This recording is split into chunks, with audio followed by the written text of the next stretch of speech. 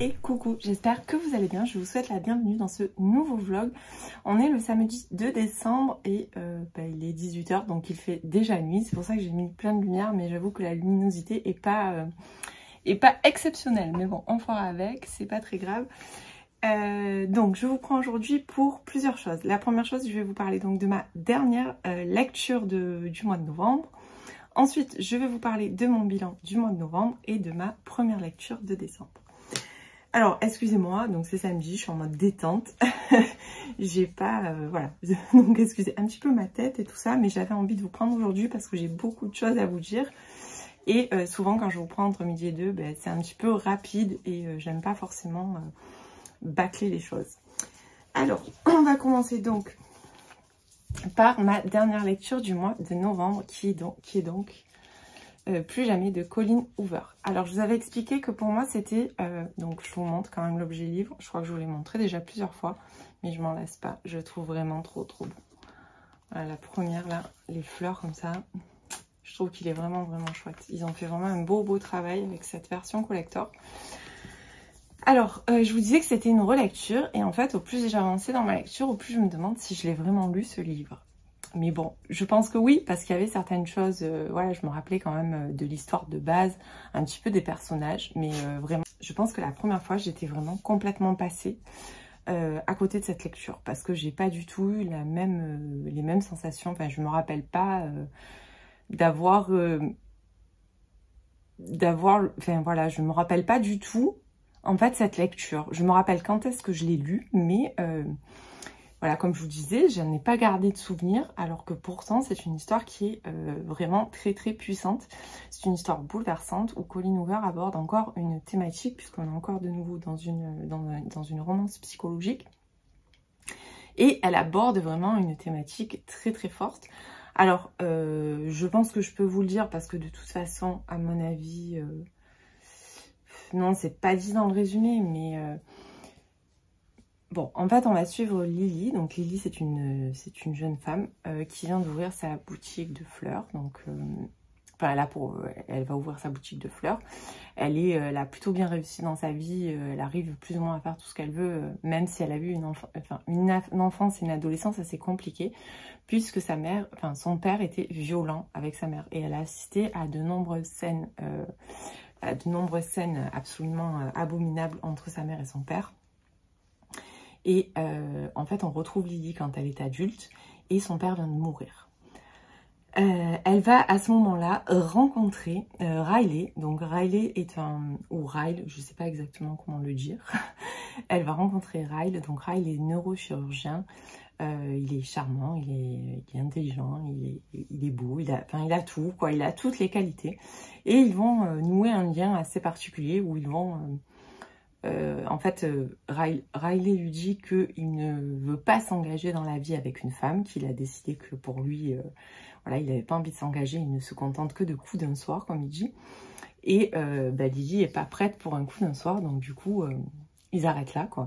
Et ils sont censés ne plus jamais se revoir. Sauf que la vie va les remettre sur le même chemin et qu'à un moment donné, Riley va avouer à Lily que, en fait, il n'arrive pas à l'oublier et il a envie de plus que ça. Donc, ils vont faire des tests de relations, tout ça. Mais parallèlement, on va suivre Lily qui relit son journal quand elle était adolescente, où elle nous parle donc de ce qu'elle subissait à son domicile avec les violences de son père, mais aussi d'Atlas. Donc Atlas, c'était un SDF qui avait trouvé refuge dans une maison abandonnée à côté de chez elle et qu'elle va recueillir en fait et avec qui elle va nouer un lien très fort. Donc on va suivre parallèlement ça et on va suivre l'histoire d'amour entre Lily et Riley qui est une histoire forte, qui est une histoire très puissante, un amour vraiment très fort, mais bon, il va se passer des choses qui vont faire que ça va devenir très compliqué pour elle et pour leur histoire. Donc je vous en dis pas plus, je pense que beaucoup d'entre vous connaissent l'histoire, mais voilà, je ne veux pas spoiler pour ceux qui ne le connaîtraient pas. Tout ce que je peux vous dire, c'est que j'ai adoré cette lecture. Alors même si je ne me sens pas du tout concernée, pas du tout concernée, on va dire que la thématique ne me parle pas, parce que je n'ai pas vécu ça. Mais j'ai été quand même bouleversée. Et surtout, ce que j'ai aimé dans ce roman, c'est le message qu'il délivre. En fait, c'est un message très fort, c'est un message d'espoir, c'est un message vraiment très très puissant. Parce que Lily, elle fait preuve d'une force, mais absolument incroyable. Et ça, j'ai trouvé ça absolument magnifique. De plus, ravie de retrouver la plume de Colleen Hoover. Je pense que j'ai décidément totalement renoué avec elle. J'ai d'ailleurs attaqué aujourd'hui la suite qui est À tout jamais. Donc on va retrouver Lily et les personnages qu'on avait rencontrés déjà dans le tome 1. Mais voilà, donc je suis ravie de lire cette suite. J'ai déjà presque lu la moitié d'ailleurs cet après-midi. J'aime beaucoup et j'espère le terminer ce soir d'ailleurs. Voilà, on verra, comme ça je vous en parlerai la semaine prochaine. Mais voilà, en tous les cas, je vous conseille ce livre, je vous conseille la duologie parce que voilà, la première moitié me plaît beaucoup, même si, à mon sens, à la fin de ce premier tome, je pense qu'il n'y avait pas forcément besoin d'une suite. Parce que j'ai beaucoup aimé cette fin. Vraiment, la fin, elle est juste parfaite en fait. Je pense que voilà, c'est exactement ce que j'attendais à la fin. Mais bon, il y a une suite, donc j'ai décidé de la lire. Et j'aime beaucoup, hein, attention, c'est pas du tout une critique dans le sens où la suite n'est pas bien. Si, elle est bien. Mais comme je vous dis, à mon sens, à moi, ça méritait pas forcément de suite parce qu'il y a une très très belle morale en fait à la fin de ce livre. Et voilà. Surtout si on lit à la fin, il y a les... Donc je vous conseille pas de le lire avant, mais une note de l'auteur en fait qui nous explique un petit peu les raisons de ce livre. Et c'est d'autant plus touchant quand on lit les raisons de ce livre en fait. Voilà, donc ici, vous l'aurez compris, il est quand même question de violence et peut-on... Et en fait, ce que Colleen Hoover met vraiment en image, enfin en image, non, en exergue, je dirais, c'est le système, ce phénomène de reproduction de la violence, ce phénomène de reproduction en fait de tout ce qui touche en fait à la violence. Et voilà, encore une fois, j'ai beaucoup aimé ce livre et je regrette vraiment pas de m'être replongée dedans. Et surtout, avec cette sublime version, moi je vous avoue, je l'ai pas lu, j'ai pas lu celui-là. Enfin, j'ai pas lu la version collector. J'ai lu la version en poche que j'avais parce que j'avais terriblement peur de l'abîmer. Bon, là, je suis en train de lire le second qui est en version collector aussi, mais ça va. En fait, c'est très agréable au final de lire sur des versions collector comme ça. Ensuite, hier, on était donc le 1er décembre. J'ai donc commencé à ouvrir mon calendrier de l'Avent. Donc, j'en ai ouvert un hier et un aujourd'hui. Je vais vous montrer, parce que je les ai laissés dedans exprès pour vous montrer. Donc, dans le premier, il y avait un petit marque-page très pratique pour les petits livres de poche. Hop, voilà, j'aime trop l'image. Je vais essayer de vous faire un focus, là, si ça marche. Mais avec les reflets, voilà. Donc, j'aime trop. Et dans le deuxième, il y avait aussi un petit marque-page avec un pompon. Et ça, vous savez, je suis vachement fan. J'ai vraiment hâte de découvrir toutes ces cases. Voilà, donc il y a un petit pompon assorti avec les petits boutons. Je les trouve vraiment trop trop chouettes. Bah, du coup, maintenant, je peux les récupérer puisque je les avais laissés là pour vous les montrer. Et je vais garder aussi les pochettes parce qu'en fait, bah, peut-être l'année prochaine, je ferai quelque chose avec. Ou voilà, ça peut toujours resservir. J'aime beaucoup. En plus, c'est tout fait main, puisque c'est elle qui a dû coller les chiffres dessus et tout. Franchement, c'est super top. Donc maintenant, on va passer à mon bilan donc, du mois de novembre. Donc c'est un gros bilan, puisque j'ai lu 19 livres au mois de novembre. Donc ça représente à peu près 6896 pages tournées. Donc c'est assez énorme. J'avoue que j'avais pas la sensation d'avoir lu autant. Mais je pense que c'est essentiellement lié en fait aux romances de Noël qui se lisent relativement vite. J'ai lu pas mal de livres assez courts et ou de livres très addictifs qui justement faisaient que je les lisais assez vite. Alors je vais commencer par les romances puisque ce mois-ci j'ai lu 9 romances. C'est ce que j'ai lu le plus. Alors ça fait bizarre parce que ça faisait un petit moment j'en lisais pas non plus énormément et là d'un coup voilà, j'ai lu et là d'un coup j'en ai lu vraiment beaucoup. Par contre, il y en a 3 que je n'ai pas du coup en format puisque j'ai lu une romance de Noël, donc qui est Noël, Lutin glacé et Voisin Rochi de Thalissa Delaunay qui était en format numérique. J'ai également lu Long Short Story de Lucy Jones qui était en version numérique, donc qui était aussi une romance, et les Campus Driver tome 5 qui était aussi une version numérique. Donc voilà, ceux-là, je ne les ai bien évidemment pas disponibles puisque forcément, Voilà, bon, j'ai fait le tour des romances. Alors, dans les romances, j'ai lu quand même... Donc, j'ai lu... Oups. J'ai lu tout ça. Voilà, j'ai lu tout ça. Alors, il y a 3 romans de Noël dans ce que j'ai lu. Et je voulais vous dire aussi que ce mois-ci, ben, je n'ai pas fait de couverture du mois, de top 3 couverture du mois. Ben, pour la bonne et simple raison que franchement, j'étais incapable de n'en choisir que 3 ce mois-ci. Voilà, entre les 3 versions hors-bac que j'ai lues. Déjà, c'était chez d'autres. Vraiment, impossible de choisir de couverture. Donc, j'ai lu ces 3 romans de Noël. Donc, il y avait le drôle de Noël qui a changé ma vie de Marie-Lise Trécourt, que j'avais beaucoup aimé. Donc là, on tire plus sur du feel-good développement personnel que de la romance. Mais quand même, il y a un petit peu de... Je l'ai classé en romance, je crois. Parce que bon, voilà, dans tous les cas, je trouve que ça s'y prêtait plutôt pas mal. Ensuite, j'ai lu ces 2 romances. Donc, Comment survivre à Noël avec son ex de Ludo de Bauer aux éditions Hugo New Romance, que j'ai littéralement adoré. C'est un énorme coup de cœur. Je pense que pour l'instant, c'est mon préféré, mais je pense qu'il ne sera pas détrôné à mon avis. Et j'ai lu également Notre fabuleuse, désastreuse Christmas Party d'Émilie Parizeau, que j'ai également adoré.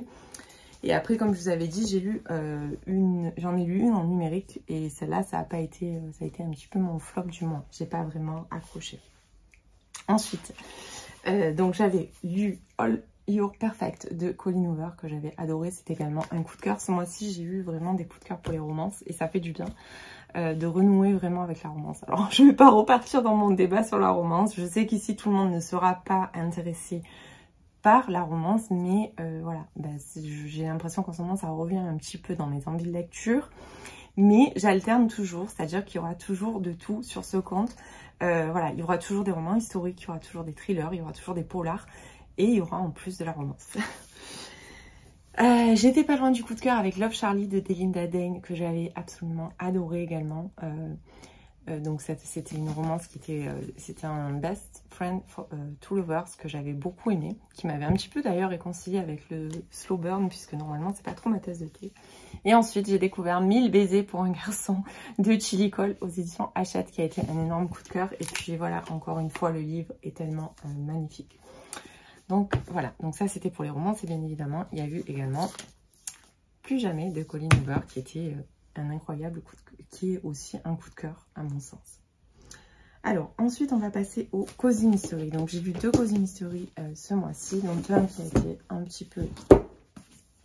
petit flop pour moi, c'était Petit meurtre chez Agatha de Colleen Cambridge. Voilà, très honnêtement, ça me laissera pas un souvenir impérissable.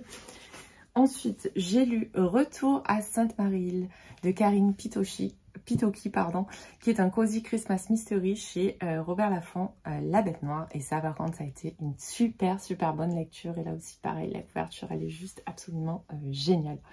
Donc voilà, ça, c'était vraiment une très bonne lecture. J'ai vraiment hâte de lire le tome 2. Ensuite, j'avais lu La maison au sortilège d'Emilia Hart. Pareil, alors là, on est sur un roman... sur plusieurs temporalités, avec 3 femmes très fortes. On est sur un roman quand même qui met les femmes à l'honneur, qui montre leur force et leur puissance. Et vraiment, ce livre-là, je vous le conseille. Et la couverture, elle était trop belle. Donc voilà, ça a été une très bonne lecture. J'étais pareil, pas loin du coup de cœur. Je pense que voilà. Ensuite, j'ai lu l'étrange Noël de Monsieur Jack de Megan Shepherd, donc qui est le livre du film, avec cet objet livre absolument magnifique. Et la bonne nouvelle, c'est que hier, j'ai trouvé en librairie La Reine des Citrouilles. Donc je pense que je vais le lire rapidement, même si c'est plus du tout de saison, mais c'est pas grave. J'ai très envie de lire, et puis je ne peux pas laisser traîner la duologie, donc je pense qu'à mon avis, ça sera une de mes prochaines lectures. Ensuite, j'ai lu 5 polars thrillers. Alors, j'ai fait une découverte incroyable. J'ai découvert La plume de Johanna Gustafsson avec un one-shot qu'elle a écrit, donc c'est La folie. Et j'ai d'ailleurs aujourd'hui terminé Bloc 46 de Johanna Gustafsson. Je vous en parle tout de suite après. Ensuite, j'ai lu un nouveau livre, le dernier poche qui est sorti de Lisa Jewell, donc Rentre avant la nuit, qui a été une très bonne lecture. Vous savez, j'adore l'auteur, vraiment, j'aime vraiment ce qu'elle met dans ses romans. le côté psychologique est absolument démentiel. J'ai lu 10 âmes pas plus de Ragnar Jonasson, qui a été une lecture un petit peu en demi-teinte parce que comme je vous disais, le rythme était vraiment très très lent. Et puis surtout, la fin m'a laissé, voilà, la fin elle m'a laissé un petit peu sceptique. Donc voilà, ça a fait que, je ne sais pas. Ensuite, j'ai lu Celle qui brûle de Paula Atkins, qui était une bonne lecture. Après, comme je vous ai dit, c'est pas un coup de cœur, mais j'ai passé un bon moment. J'ai bien aimé l'ambiance. Et après, j'ai lu en tout début de mois Les secrets de la femme de ménage de Frida McFadden. Vous vous rappelez mon énorme coup de cœur pour le tome 1. Et le tome 2, on n'était pas loin aussi du coup de cœur. J'ai vraiment adoré. C'est vraiment cette duologie, je vous la conseille. D'ailleurs, je crois qu'il y en a un 3e à venir. Et franchement, dès qu'il sort, c'est clair, il sera dans ma palle directement. Donc voilà, ça c'était pour mon petit bilan. Donc ça fait quand même un beau mois bien chargé. Et puis voilà, je suis contente dans l'ensemble de toutes mes lectures, à part, on va dire 2 lectures un petit peu mitigées. Mais sinon, dans l'ensemble, comme je vous le disais, vous avez vu, j'ai mon t-shirt Muse aujourd'hui. Voilà, c'est trop bien quand je suis en mode détente comme ça le week-end. J'adore, je suis trop bien dedans. Donc voilà. Alors, ensuite, donc ça, ce sera ma première lecture du mois de décembre. J'ai commencé avec Bloc 46 de Johanna Gustafsson. Et là, je dois vous dire que je suis vraiment bluffée par l'auteur. Le week-end dernier, j'avais vu La Folie. J'ai commandé direct sa trilogie derrière. Et je pense que derrière sa trilogie, je n'attendrai même pas que, que l'île de Yule sorte en poche. Je pense que je me le commanderai aussi parce que vraiment, je suis absolument fan. Elle nous fait de ces thrillers, mais alors voilà, donc celui-là un petit peu, je vais vous lire la 4e de couverture. Falkenberg, le commissaire Bergstone découvre le cadavre affreusement mutilé d'une femme. Londres, profileuse de renom, Émilie Roy enquête sur une série de meurtres d'enfants. Les corps présentent les mêmes blessures que la victime suédoise, trachée sectionnée, yeux énucléés et un mystérieux Y gravé sur le bras. Étrange serial killer qui change de lieu de chasse et de type de proie. En Suède, Émilie retrouve Alexis Castel, écrivaine spécialisée dans les tueurs en série. Ensemble, elles se lancent dans une traque qui va les conduire jusqu'aux atrocités du camp de Buchenwald en 1944. Alors déjà, ce que j'ai beaucoup aimé dans ce livre, on est sur une double temporalité. Donc une première temporalité où on va naviguer entre Londres et la Suède en 2013, je crois, il me semble, en 2013 ou 2014. Et ensuite, on a une deuxième temporalité qui nous emmène en 1944, justement au camp de Buchenwald. Donc au début, comme ça m'a fait exactement comme quand j'ai lu La Folie le week-end dernier, j'ai eu du mal à rentrer dedans parce que je n'arrivais pas à faire le lien entre les deux périodes. Comme c'est souvent le cas, j'ai toujours besoin de faire un lien. Et puis d'un coup, parce que je me suis dit, bon, ça va être pareil. Donc j'ai continué ma lecture et puis d'un coup, bon déjà c'est très addictif. Les chapitres sont très courts, ça s'enchaîne vraiment très bien. Puis d'un coup, voilà, on commence à faire des petits recoupements, à comprendre. On croit qu'on a trouvé, mais je crois que Johanna Gustafsson, c'est vraiment la reine du twist, mais littéralement, parce que elle nous amène quelque part et puis d'un coup, bim, il y a tout qui change. Donc voilà, et j'ai beaucoup aimé les personnages, c'est-à-dire que ce soit Alexis ou Émilie. Vraiment, j'ai adoré. Cette profileuse, voilà, j'aime beaucoup en fait suivre une profileuse parce que ça nous donne vraiment des éléments très psychologiques et vous savez que j'aime, voilà, j'aime dès que ça touche, dès qu'il y a un aspect psychologique à la lecture, j'adore ça. Alors là, par contre, je vous préviens, il y a quand même des scènes un peu dégueulasses. On parle quand même, elle enquête quand même, je vous le rappelle, sur une série de meurtres sur des enfants. Donc voilà, ça peut heurter la sensibilité. On va aussi être quand même immergé dans les camps de concentration. Donc voilà, c'est quand même assez... c'est comment on dit? Voilà, il y a des passages quand même assez difficiles. Mais c'est génial. Vraiment, encore une fois, elle m'a bluffée. Voilà, j'aime quand je lis un thriller, j'aime être surprise. J'aime voilà, me faire un petit peu maltraiter par l'auteur quelque part qui va m'amener là où je ne pensais absolument pas aller. Donc voilà. Donc ça, c'était ma première lecture de décembre. Là, je vais poursuivre ma lecture de À tout jamais. J'espère arriver à le terminer ce soir. J'aime trop. Vraiment, voilà. Oui, je sais, en ce moment, je lis beaucoup de romances, mais ça me plaît et ça me fait du bien. Et je pense que c'est un petit peu la période aussi qui veut ça. Voilà, sinon pour novembre, j'ai pas fait de pal, pour décembre, pardon, j'ai pas fait de pal, mais j'aimerais terminer tous mes romans de Noël, il m'en reste 4. Ah, et puis je vous ai pas dit aussi, je l'ai même pas pris avec moi, je le prendrai la prochaine fois. J'ai commencé Un cœur pour Noël de Sophie Jomain, donc le calendrier de l'Avent livresque, on déchire un chapitre par jour, donc j'ai déjà lu 2 chapitres. Je me retiens hein, parce que c'est dur pour moi de rester sur ce découpage-là. Mais voilà, j'ai commencé, pour l'instant ça me plaît beaucoup, mais après les chapitres sont très très courts, il y a une dizaine de pages je crois à tout casser dans les chapitres, donc ça va très très vite, on en voudrait plus. Donc voilà, donc ça je vais continuer jusqu'au 24 décembre. Ensuite il m'en reste 4 romans de Noël que j'avais achetés cette année pour la période, donc j'aimerais bien quand même les lire avant la fin du mois de décembre. Je vais également lire le prochain Faubourg Marigny, surtout que j'ai vu passer, j'ai regardé, je ne sais pas si vous avez regardé la vidéo de Manon, du compte Les Lectures de Manon, la dernière vidéo qu'elle a postée sur sa chaîne YouTube où clairement ça donne très envie de lire le dernier Faubourg Marigny, donc qui est La fille de l'illusionniste. Donc voilà, donc celui-là il est prévu. Après je vais certainement avancer dans la trilogie Bloc 46, j'aimerais la terminer sur ce mois de décembre et commencer l'année à zéro, pas avec une saga en plus que j'ai commencé, enfin une série en plus que j'ai commencé et qui va... Voilà, et que je ne sais pas quand c'est que je la finirai. Et sinon, comme d'habitude, je me laisse un petit peu porter. Voilà, ça fait déjà pas mal, parce que déjà, ça fait 4, plus le Faubourg Marigny, plus les 2 de Bloc 46, on est déjà à 7 livres quand même, c'est déjà pas mal. Voilà. Bon, bah écoutez, pour aujourd'hui, je viens de me rendre compte que j'ai beaucoup parlé pendant longtemps, donc je m'excuse, mais voilà, j'avais beaucoup de choses à vous dire. Et je vous reprends de toute façon très vite.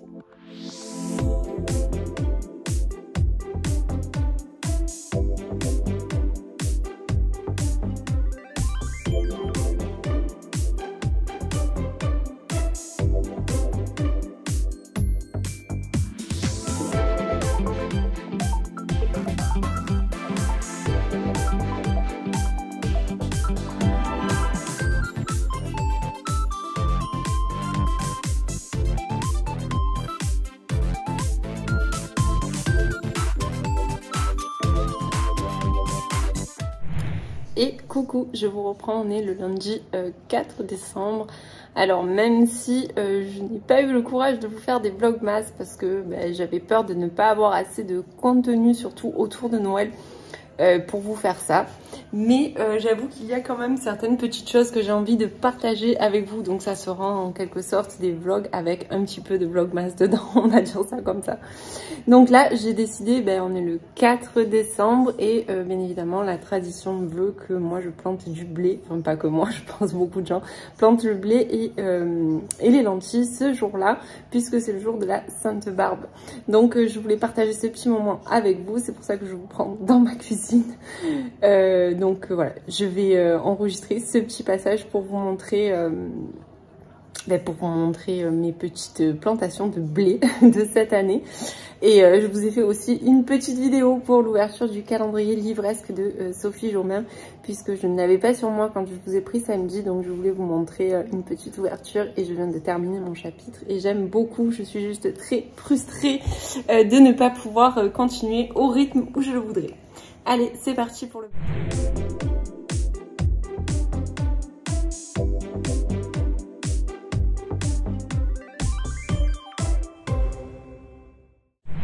Voilà, mission accomplie.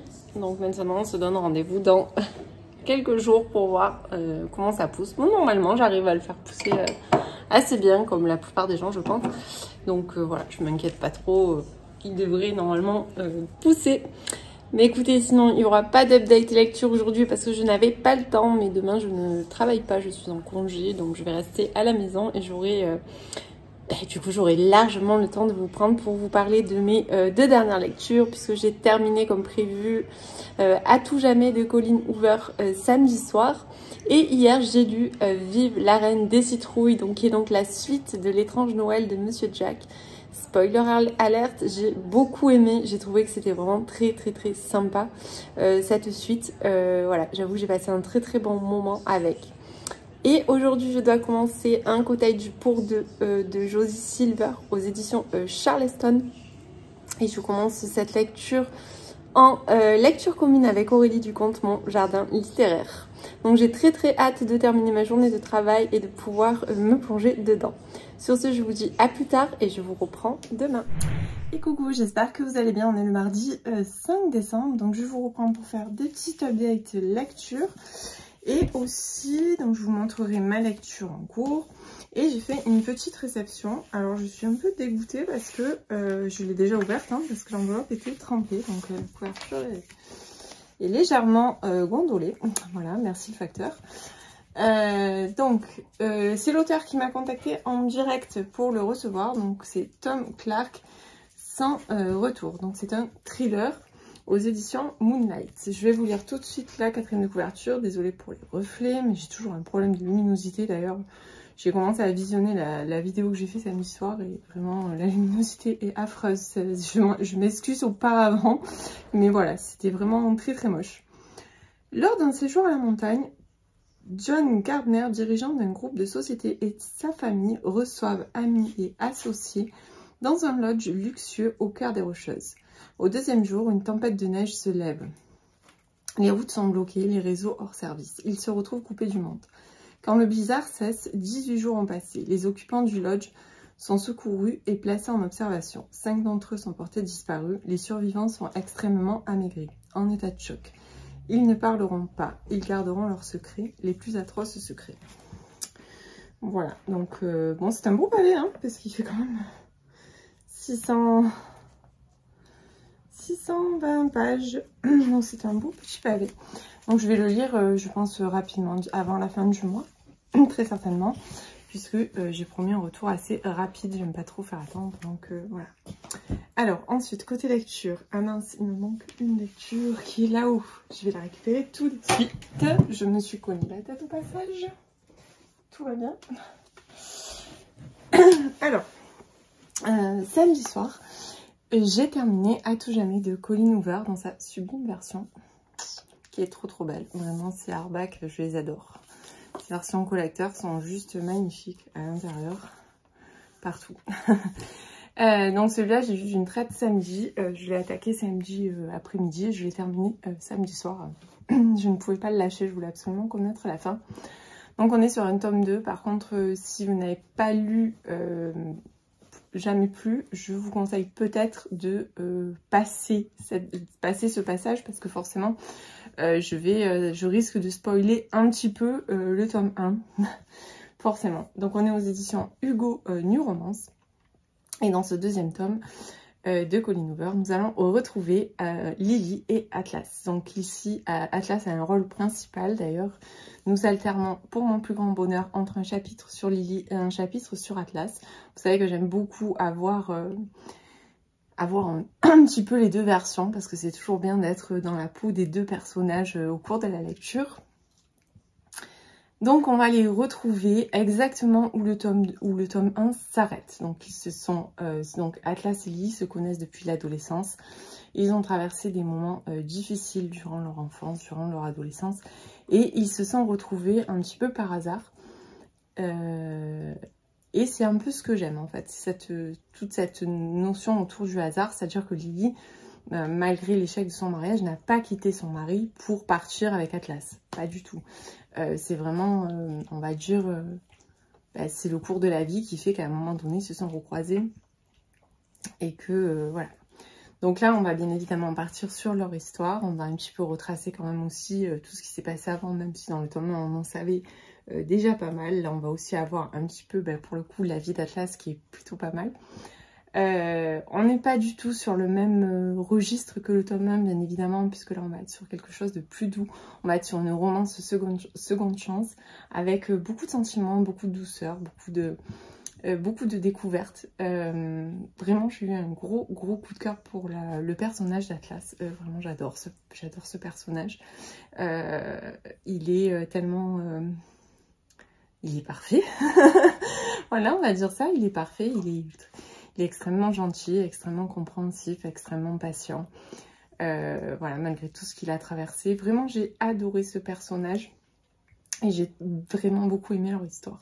Alors, je ne veux pas trop vous en dévoiler parce que là, on est vraiment sur on est sur une romance classique, même s'il y a quand même quelques petites thématiques, il y a encore des problèmes à régler. D'ailleurs, si je dirais mon petit bémol en fait sur ce tome-là, c'est que j'ai trouvé que certaines choses se réglaient plutôt facilement. Il y a quelques facilités. Mais bon, ils le méritent bien. Ils les méritent bien, ces facilités, je pense, avec tous les deux. Leur passif, tout ce qu'ils ont traversé dans leur vie, je pense qu'effectivement, ils méritaient un petit peu ces facilités. Mais pour moi, voilà, comme je vous ai dit à la fin de mon retour sur le tome 1, ça ne nécessitait pas forcément de tome 2. Mais je suis contente de les avoir retrouvés et je suis contente, entre guillemets, de les voir beaucoup plus... beaucoup mieux dans leur vie, quelque part, qu'ils arrivent un petit peu à trouver ce qu'ils méritent, quelque part, ce bonheur mérité. Voilà, donc moi, je vous conseille vraiment cette duologie. Et je vous conseille de l'enchaîner. Parce que comme vraiment on reprend là où on s'arrête, je trouve que c'est vraiment, voilà, c'est vraiment top d'enchaîner en fait, d'enchaîner les deux. Voilà, donc j'ai beaucoup aimé. C'est vraiment une très très belle trilogie que je pense je relirai sûrement un jour en fait. Parce que j'ai vraiment beaucoup apprécié. Alors j'ai gardé aussi tous mes petits trucs du calendrier de l'Avent de Petroni du compte Dans Tous Mes États. D'ailleurs je vous remettrai son compte. Et vous savez, vous avez toujours en barre d'infos parce qu'en fait il y a beaucoup de choses du calendrier de l'Avent qui sont disponibles en fait sur sa boutique. Notamment les petits marque-pages. Donc ça c'était le jour 3. Donc on avait un petit marque-page comme ça. Donc ça c'est tel qu'il est fait hop, avec le schtroumpf qui pense à Noël. Et...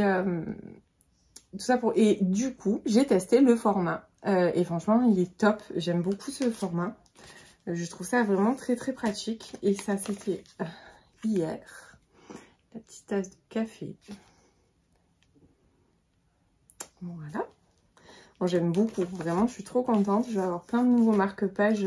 Et aujourd'hui, on avait un petit flocon de neige en bois emballé dans des pages de livres. Vraiment, j'adore. Je suis vraiment très très très très fan de tout ça. J'aime trop. C'est tout fait vraiment avec beaucoup d'attention.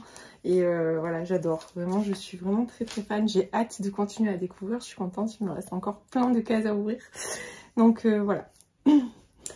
Alors, ensuite, je vous avais dit donc que j'ai commencé la romance de Noël de Sophie Joumin, le calendrier de l'Avent. Donc là, je me suis arrêtée bien évidemment à hier.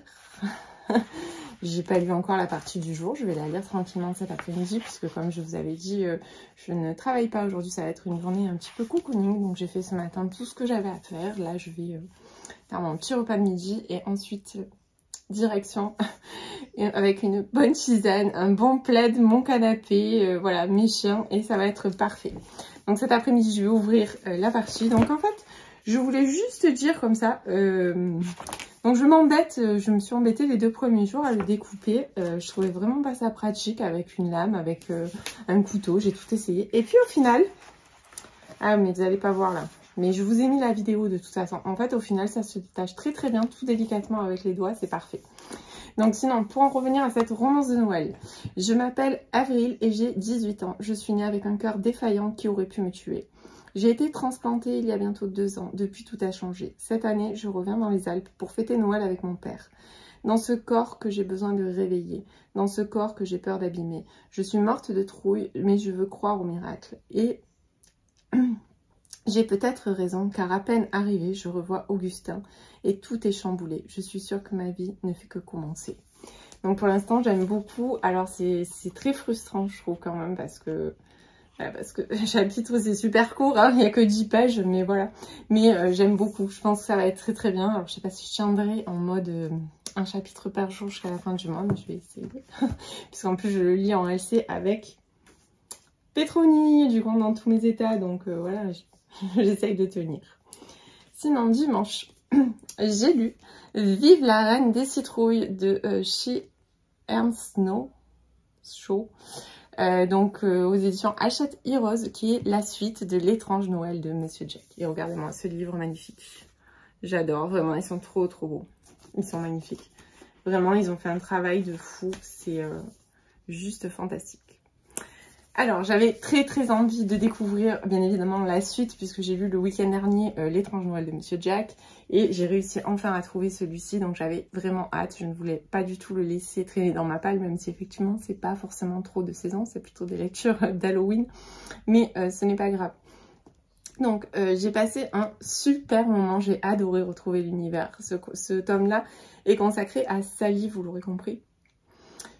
Donc on va suivre Sally qui est désormais la femme de Jack, la reine des citrouilles du village d'Halloween, et Sally en fait a un petit peu du mal avec ce rôle de reine des citrouilles. Elle trouve pas vraiment sa place, elle n'a pas besoin de jolies robes, de couronnes et de tout ce que finalement tout ce qui a changé dans sa vie. Et du coup Sally elle va partir en fait pour s'isoler un petit peu. Et elle va faire une bêtise, Sally. Non, je vous dis pas quoi. Mais tout ce que je peux vous dire, c'est qu'on va beaucoup voyager aux côtés de Sally dans tous les mondes, en fait, qui s'ouvrent dans ces arbres mystérieux. Donc on va voyager un petit peu à travers tous les mondes. On va notamment découvrir la ville des amoureux, on va redécouvrir la ville de Noël. Enfin, on va vraiment faire un tour global de tous les mondes, puisque Sally a une mission, hein, quand même, c'est... Vu qu'elle a libéré quelque chose qu'elle n'aurait pas dû, il va falloir maintenant réparer un petit peu les choses. Donc j'ai beaucoup aimé être aux côtés de Sally, la découvrir un petit peu mieux, cette poupée de chiffon. Et voilà, on apprend vraiment plein de choses sur Sally dans ce tome.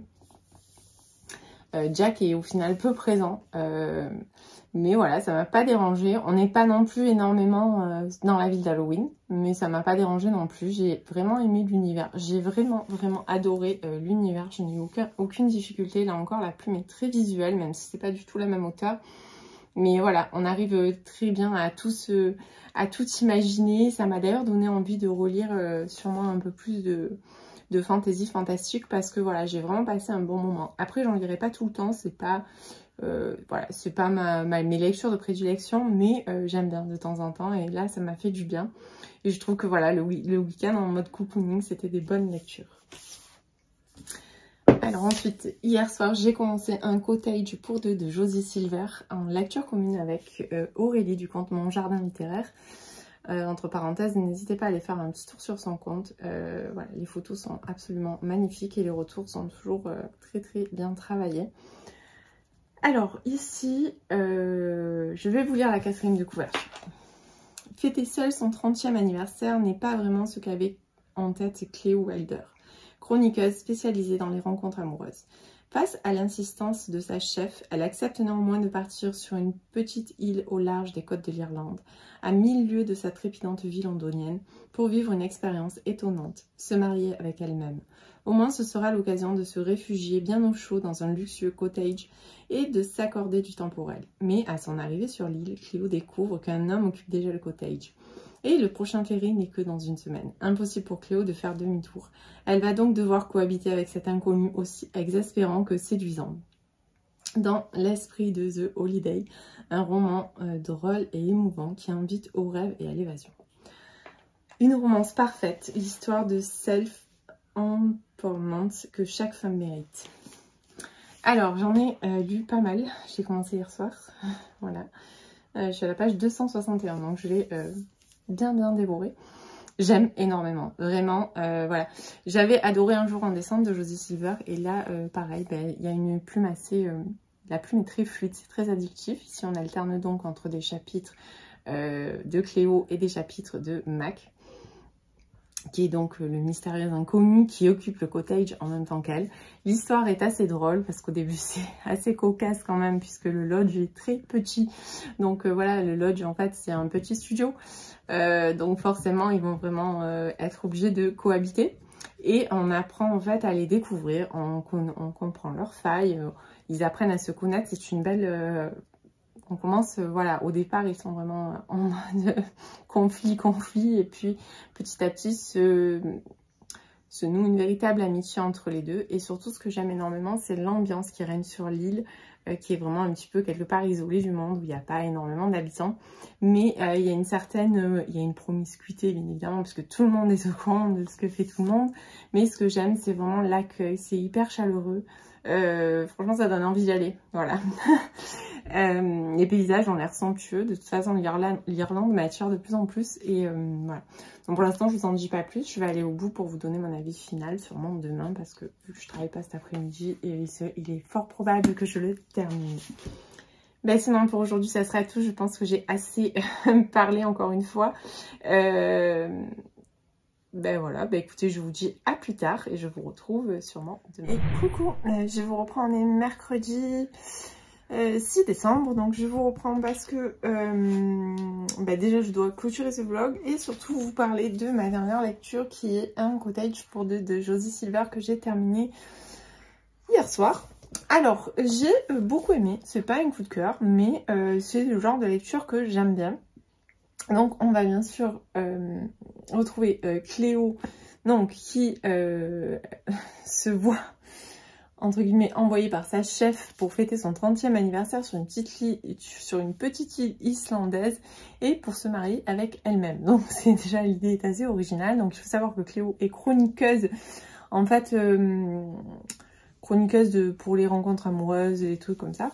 Donc voilà, elle a son public et elle fait ses petites chroniques. Et là, donc elle va se rendre sur cette île qui est très peu habitée. On lui a loué, enfin sa chef lui a loué un petit cottage et il se trouve que quand elle arrive, elle a une surprise de taille, c'est que le cottage a aussi été loué à un Américain qui s'appelle Mac. Alors, c'est vrai que c'est pas un livre très rapide, c'est-à-dire qu'on rentre tout doucement dans l'action. On va découvrir l'île, ses habitants. Moi j'ai beaucoup aimé, j'ai beaucoup apprécié l'ambiance très hospitalière en fait qui règne sur l'île. J'ai beaucoup apprécié les habitants de l'île et la mentalité en fait qui règne en fait au sein de cette île. On va assister donc à cette rencontre qui est au départ quand même assez... Coucou Lola. Coucou. Tu montres ta tête un peu plutôt que de toujours montrer tes fesses sur les vidéos. Voilà. Coucou Lola. Bon, il y a Polly aussi, mais Polly on la verra pas. Donc en fait, au début, ils vont être sur sur vraiment une relation très enemy to lovers, entre guillemets, même si on n'est pas dans une romance, mais voilà quoi. C'est pour vous donner un petit peu l'idée. Ils vont se disputer, ils vont fixer des règles pour la cohabitation. Mac va absolument qu'elle parte, Cléo veut absolument que ce soit Mac qui parte, donc voilà, on est dans ce truc là. Et puis à un moment donné la relation évolue, ils deviennent en quelque sorte un petit peu amis et puis petit à petit ça évolue encore. Voilà, je vous en dis pas plus.